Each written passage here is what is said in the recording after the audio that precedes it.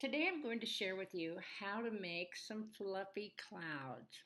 We'll be using this cloud mask along with Stampin' Up's new embossing paste. Now I know you probably think, oh, that's way too messy. Let me show you how it isn't way too messy and how much fun it is. Open up your embossing paste and give it a good stir with one of your palette tools. Um, I've already peeled off the metal layer, the aluminum foil layer that was on here. As I've used this already, I'm just going to stir it up. It's kind of like a light icing or frosting, and you're just going to scrape a pretty small amount of product across the mask. You might also hear these called stencils. Either way, you're just going to put some of that embossing paste onto your knife, scrape it across the openings in whatever mask you're using.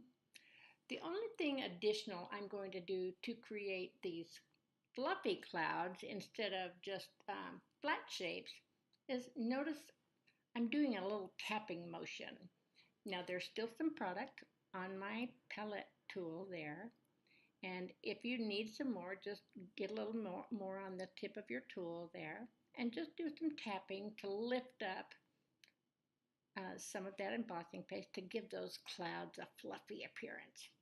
Now this stuff dries really quick, so once you're finished, you'll want to scrape your tool off back into the jar, seal up your jar, and I would suggest cleaning your tools and your stencil or your mask just as soon as you can. It dries quickly, and it's so much easier to clean off before it hardens. Now I've taped mine down with a little washi tape. So you could use painter's tape. Some people don't even adhere theirs down at all. It's all up to you. There's really no rules on this. I've had things scoop before, so I'm a fan of making it stay put for a little bit. Now carefully lift off your stencil or your mask. And truly, this is already starting to set up and get harder. There is a little smirch down there on the lower 1/3 of the card front, as you see, and off camera, I'll just wipe that away while it's still soft. I'm just setting it aside to dry while I work on the rest, and then it will be ready to go. So here's how I create a shape such as the hills I'm going to use on the front of my card. I'm not a freehand artist at all, so I make templates now and then when I want a certain form on a card. And this is just an easy slope. I'm sure some of you can just cut that right away, but not me. I'm using my little rotary cutter, and I ended up with a hill shape that will work for this card just fine. Now I'm going to trace that right onto the designer series paper that I've chosen, and then I'll just flip it over end to end and trace it on a coordinating piece of lemon lime twist cardstock. Gotta love lemon lime twist. I didn't realize how much fun I would have with that one. Now, this is another little kind of bev thing. When it comes to cutting it for real, I use my paper snips instead of the rotary tool. I've had some flubs with the rotary tool as well. So once I know the shape, I'll resort to my snips instead. Now there is a little bit of a pencil line showing on those. However, I'm edging these with Fresh Fig ink, and it just so happens that it covers up that pencil line just fine. If your ink doesn't, you could always, erase the ink first. This way I added a little depth with the sponging. So now I'm just going to figure out the placement of my hills, my paper hills, to create my scene.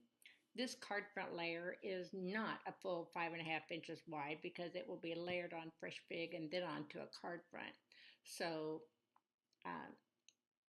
my My hills will need to be trimmed to fit. I think that scrap paper I used for creating the template was 5.5 inches long, and it was about 2.25 inches wide, maybe 2 3/8.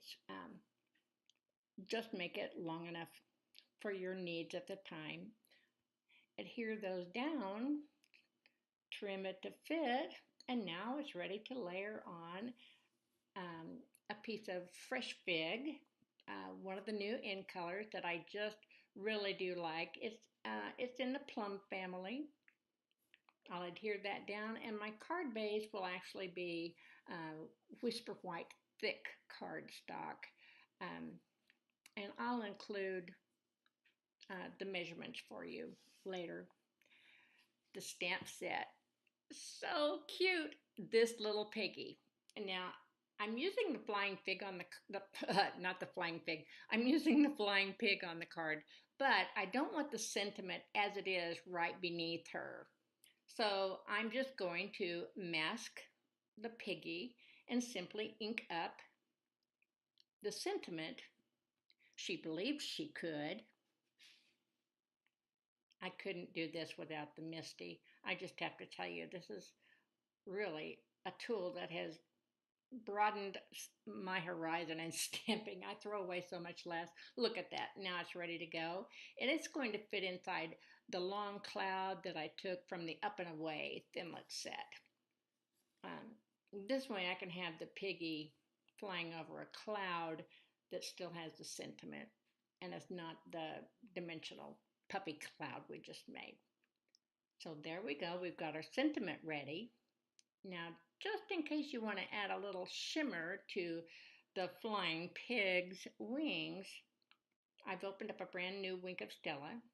First, you have to remove that black ring you see at the top, and then do some shaking and some squeezing to get the product down into the chamber above the brush. Then you're ready to use your Wink of Stella and give that piggy some pretty little glam, just a sweet shimmer on her wings.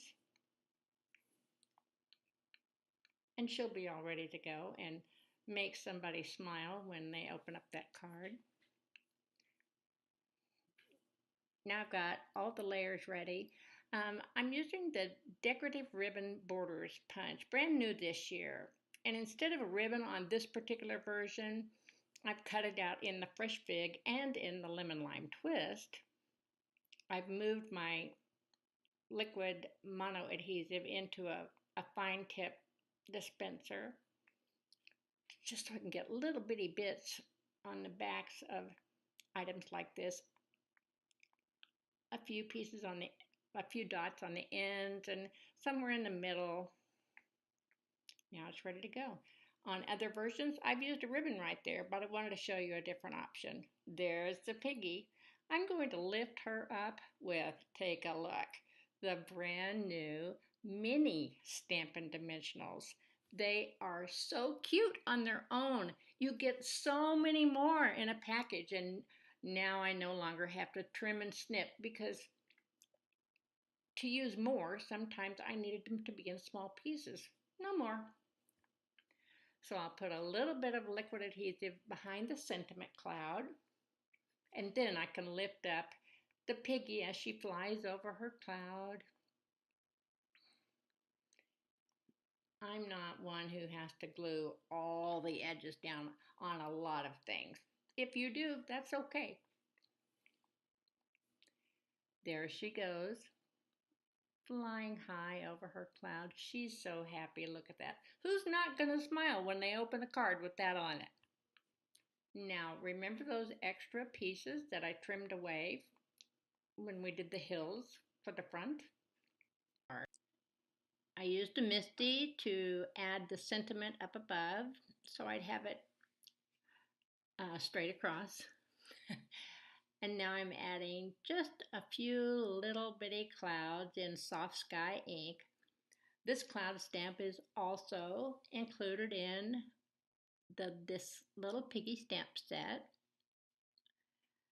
I'm going to have so much fun with this stamp set. If you haven't already got it, I sure do hope you'll consider it because it's going to be a lot of fun to use and a lot of fun for your recipients. She believed she could, so she did.